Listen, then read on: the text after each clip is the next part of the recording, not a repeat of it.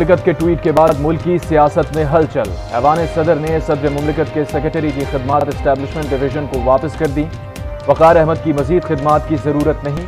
ایوان صدر کا وزیر اعظم آفس کو خط، اسٹیبلشمنٹ ڈویژن کو بھیجے مراسلے میں حمیرہ احمد کو پرنسپل سیکریٹری لگانے کی ہدایت۔ گزشتہ روز صدر نے ٹویٹ میں لکھا تھا کہ اسٹاف نے آرمی ایکٹ اور آفیشل سیکرٹ ترمیمی ایکٹ واپس بھجوانے سے متعلق بے خبر رکھا اور غلط بیانی کی۔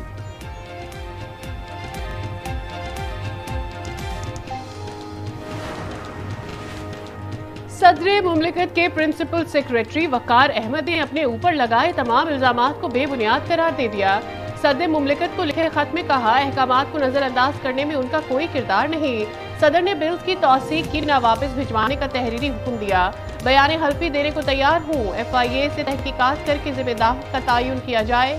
خدمات اسٹیبلشمنٹ ڈویژن کے سپرد کرنے کے احکامات واپس لینے کی استدعا۔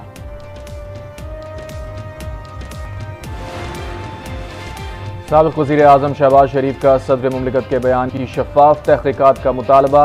کہا شفاف تحقیقات کے ذریعے دودھ کا دودھ پانی کا پانی ہونا چاہیے۔ صدر جس بل کو چیک کرتے ہیں اس پر دستخط بھی کرتے ہیں۔ زبانی کلامی والی کوئی بات نہیں ہوتی۔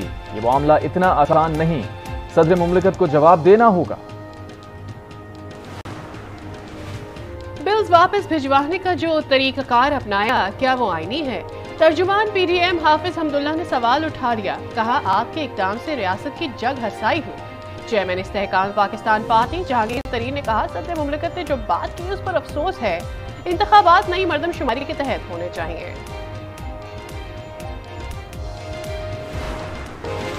نگراں وزیر اعظم انوار الحق کاکڑ نے کابینہ کا اجلاس آج طلب کر لیا۔ ذرائع کے مطابق امن و امان کی صورتحال اور معاشی صورتحال پر بریفنگ دی جائے گی۔ نگراں وزیر اعظم آج ایک روزہ دورے پر کراچی پہنچیں گے۔ انوار الحق کاکڑ مزار قائد پر حاضری دیں گے۔ گورنر ہاؤس میں اجلاس کی صدارت بھی کریں گے۔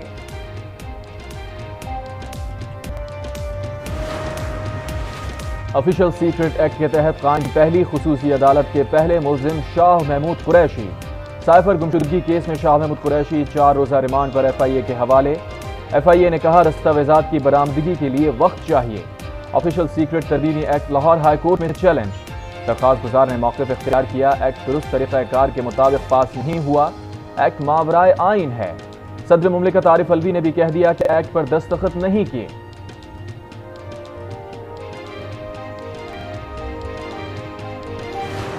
یہ دشمن کوئی اور ہے اور وہ سن لے کان کھول کے کہ ہم ان تمام چیزوں کو بخوبی سمجھتے ہیں، اور انشاءاللہ وہ ہمیں تیار پائیں گے کہ ہم اپنے لوگوں کا تحفظ بھی کر سکیں اور ان کو بھی انصاف کے کٹہرے میں لا کے کھڑا کر سکیں۔ کوئی بھی گروہ حملہ آور ہوگا تو ریاست ایکشن میں آئے گی۔ معاشرہ عدل اور انصاف سے ہی قائم رہ سکتا ہے۔ انتہا پسندی کا کسی مذہب، زبان یا فرقے سے تعلق نہیں۔ ملٹری لیڈرشپ نے یقین دلایا اقلیتوں کے حقوق پر سمجھوتا نہیں ہوگا۔ نگراں وزیر اعظم انوار الحق کاکڑ کا جڑاوالا میں تقریب سے خطاب۔ گرجا گھروں کا دورہ، مسیحی برادری سے اظہار یکجہتی، متاثرین میں امدادی چیکس بھی تقسیم کیے۔ سپریم کورٹ میں جڑاوالا واقعے سے متعلق کیس کی سماعت آج ہوگی۔ فریقین کو نوٹسز جاری۔ درخواست پر سماعت کے لیے 3 رکنی بینچ تشکیل۔ Chief justice Umar Ata Bandial bench کی سربراہی کریں گے۔ جسٹس اطہر من اللہ اور جسٹس شاہد وحید بینچ کا حصہ۔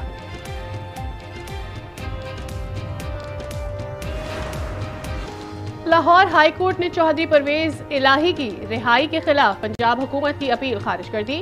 تفصیلی فیصلہ بعد میں جاری کیا جائے گا۔ ترقیاتی منصوبوں میں 1.25 ارب روپے کرپشن کیس میں 29 اگست تک پرویز الہی کا جسمانی ریمانڈ منظور۔ لاہور کی احتساب عدالت میں پیشی کے دوران پرویز الہی نے کہا میرے گھٹنے سوج گئے ہیں۔ وکیل نے کہا ذاتی معالج سے علاج کروانے کی اجازت دی جائے۔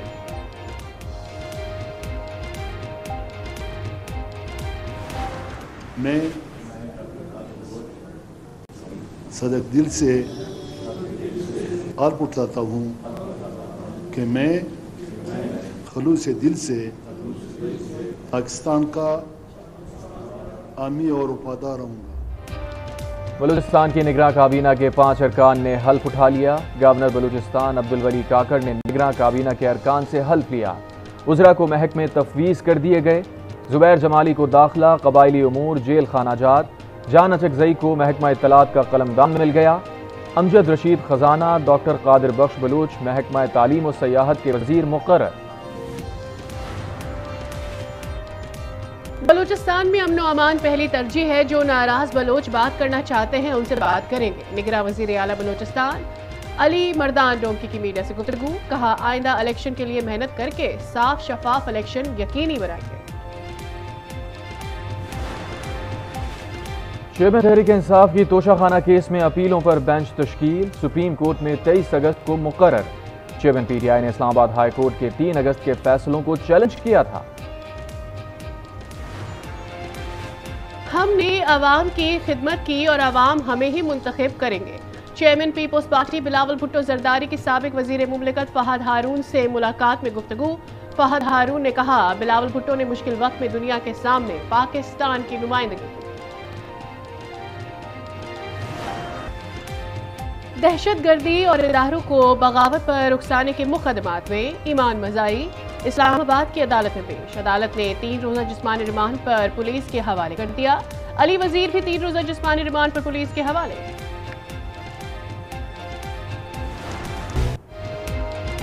ہو جائیے تیار، مونسون بارشیں پھر ہوں گی موسلا دھار۔